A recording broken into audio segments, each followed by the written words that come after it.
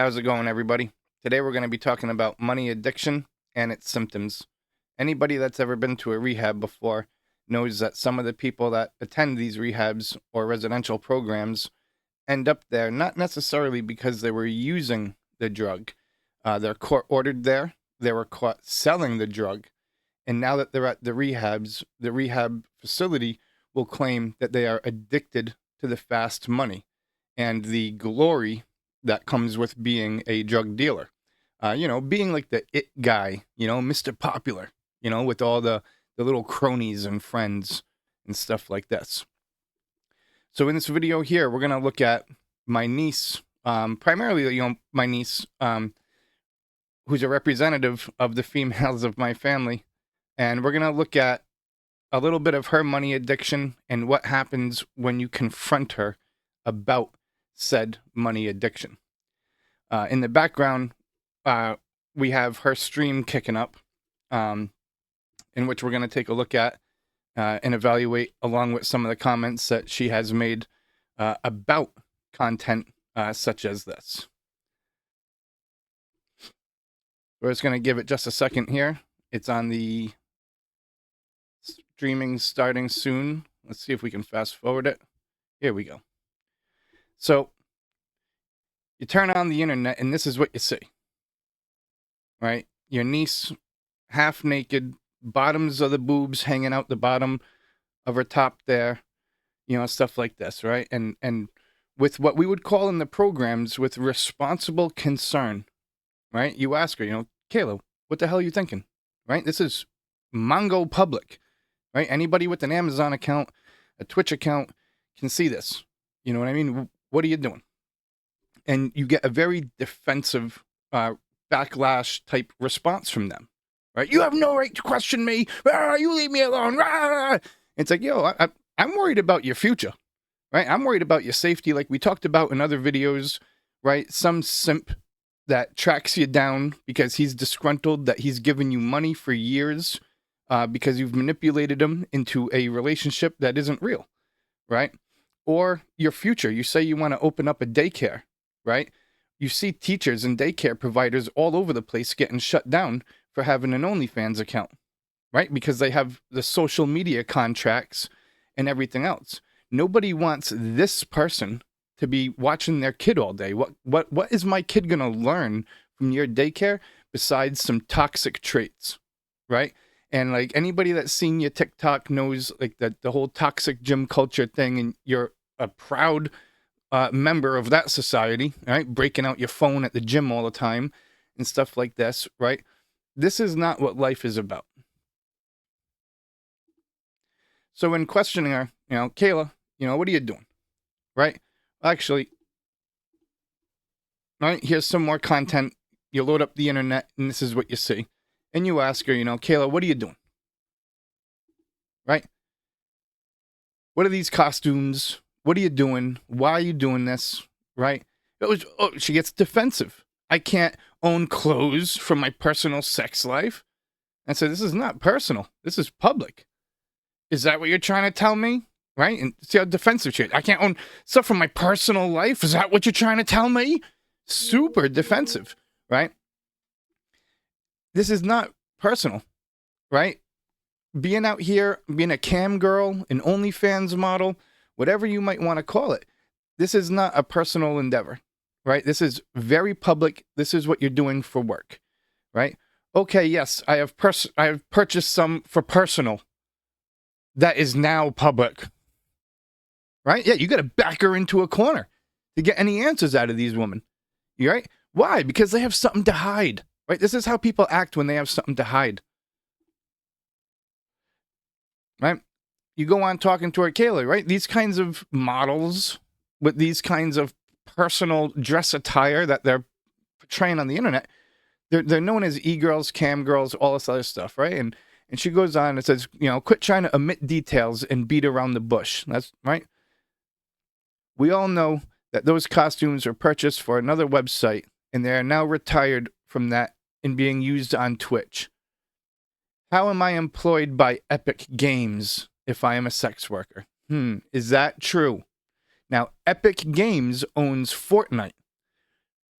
if you were employed by Epic Games and Fortnite, there would be no reason for you to change your handle from Solo 1 to Solo 1 OG to Solo 133 to Solo over and over and over again because you've been caught cheating, right? Epic Games would not employ a cheater, first of all, or somebody known for cheating, somebody that they've had to kick numerous times for cheating, as well as this, right? Epic Games, it's even though it is a fighting style game, if you look at it, it's very colorful, it's very kid friendly, it's made for teens and youth, older youth and teens.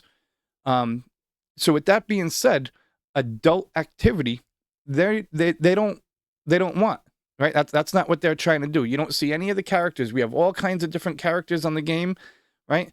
And you don't see any one of them freaking dressed like Kayla is, with the boobs hanging out and stuff like this. So I say, I call it the family business, right? I say, I buy tools all the time for work. And yes, use them sometimes for personal things as well, just like you. She says, okay, and again, what's it to you what I do with my money, my time, and my life? I care about your future. That's what it is to me.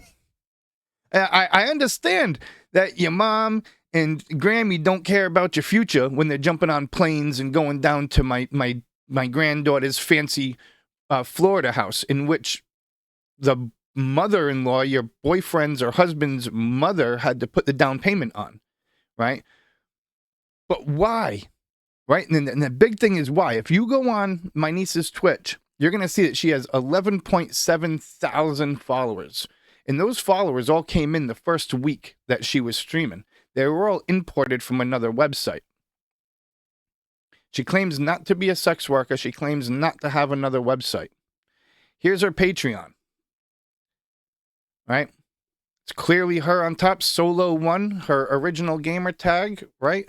Right there in the backdrop, you're going to see Solo 1 with her Instagram and her Twitter and her YouTube and TikTok handles all in the back. Solo 1 OG, you're going to see a lot of them say, right? And at the bottom there, it says what to expect. What to expect. What to expect. This Patreon is for anyone seeking more unfiltered content from that I otherwise would never post on my public Twitch or TikTok page. By unfiltered, I mean everything from hilarious, obscure, erotic, and kink, and even occasional roleplay. Supporting this channel, you'll have exclusive content released only here and more direct one-on-one communication with me. Like those relationships, right? These guys want the one-on-one fucking communication. Why? Because these guys are from like Idaho, right? They're stuck on their family's 1,000-acre farm.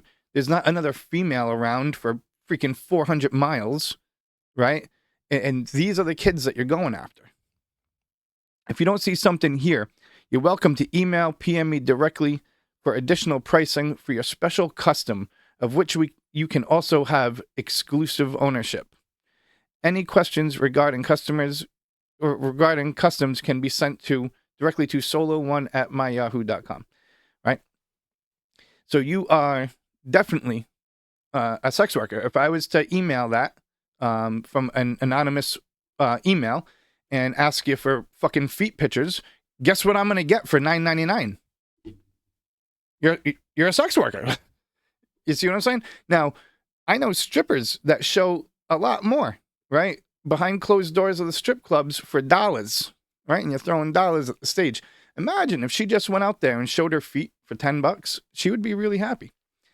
Now, this is why now bringing up the strip clubs is why this kind of behavior, this kind of work is, clowned on so hard by so many content creators. Being that of, at whatever, the guy that makes the videos a day in the life of a simp, right? And stuff like this.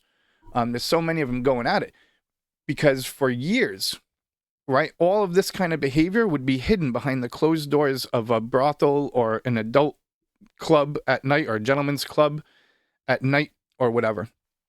Nowadays, it is rubbed in our face. We log on the game to try to play some games and stuff like this, and it's shoved down our throat. You see what I mean? It's no longer behind closed doors. Now, I remember when it was behind closed doors, right? Let's think back. The year is 1992. If you were known to be a stripper, people would think down on you, right? And they'd be like, oh, right? And shit like this, right? How come nowadays being a stripper is okay? And it's what? It's okay because it's public? Like that's what makes it okay nowadays? Back in the day, it was a taboo.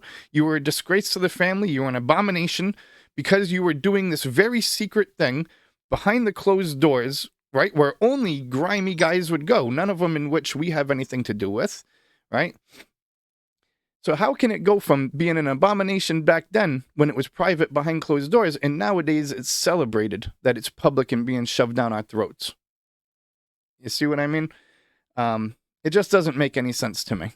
It doesn't make any sense at all.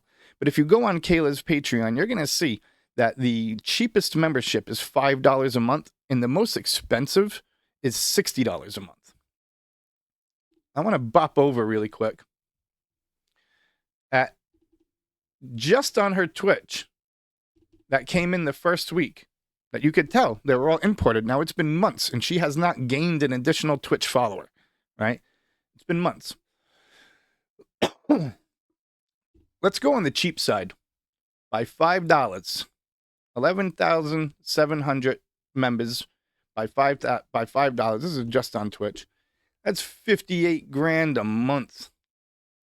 58 grand a month. Let's multiply that. What's the annual income on her cheapest membership? 700 grand. 700 grand on her cheapest membership.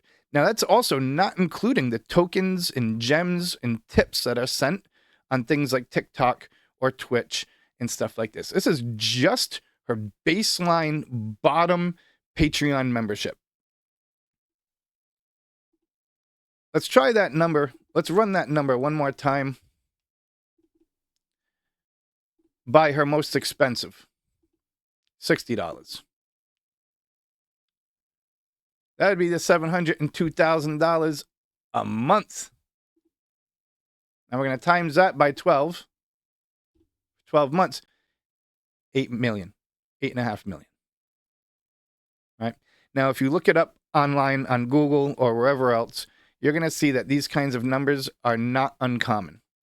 These are very common numbers for these kinds of people. So why do you need your mother-in-law to put a down payment on your house, right? Why do you, like when I was in rehab and you brought up on that video that I made fun of before, right? And you were like, I let you use a phone when you were in rehab. It's like, yeah, dude, what's that thing worth? Like 20 or 30 bucks a month? Millions of dollars. You're a fucking millionaire, right? And you're still, you just like your grandmother, just like Grammy, Kathy DeBlois, you'll cry poverty and you'll try your best to hide the fact, right, of what you really have.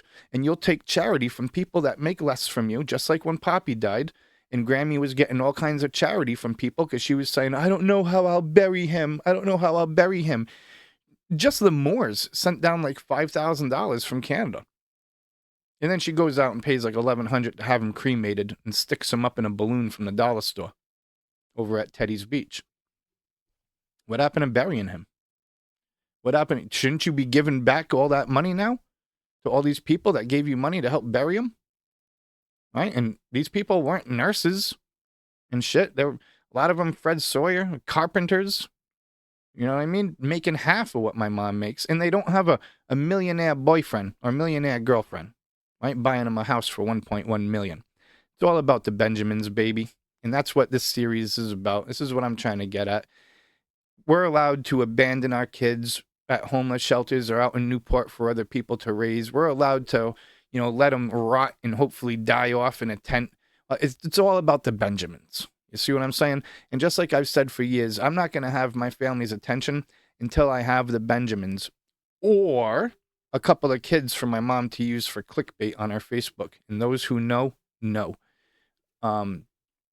It's sick, right? And people like me, I got to suffer because of it. And apparently there's nothing I can do besides make these videos. So I'm going to continue making these videos because at the end of the day, If there's nothing else that I can do, at least I can feel heard. You see what I'm saying? That's what this is about. This is what's helping me bring my closure. I make a small video like this, and I live the next couple days in peace because I feel like another piece of my puzzle has been brought to public attention, and that their lies, their manipulation, their games they will no longer win with these tactics, right? I'm here to play with the truth, and I'm here to show the truth. Feel free to go to patreon.com and search solo_1 if you would like to fact check any of the numbers that I have brought up about this video.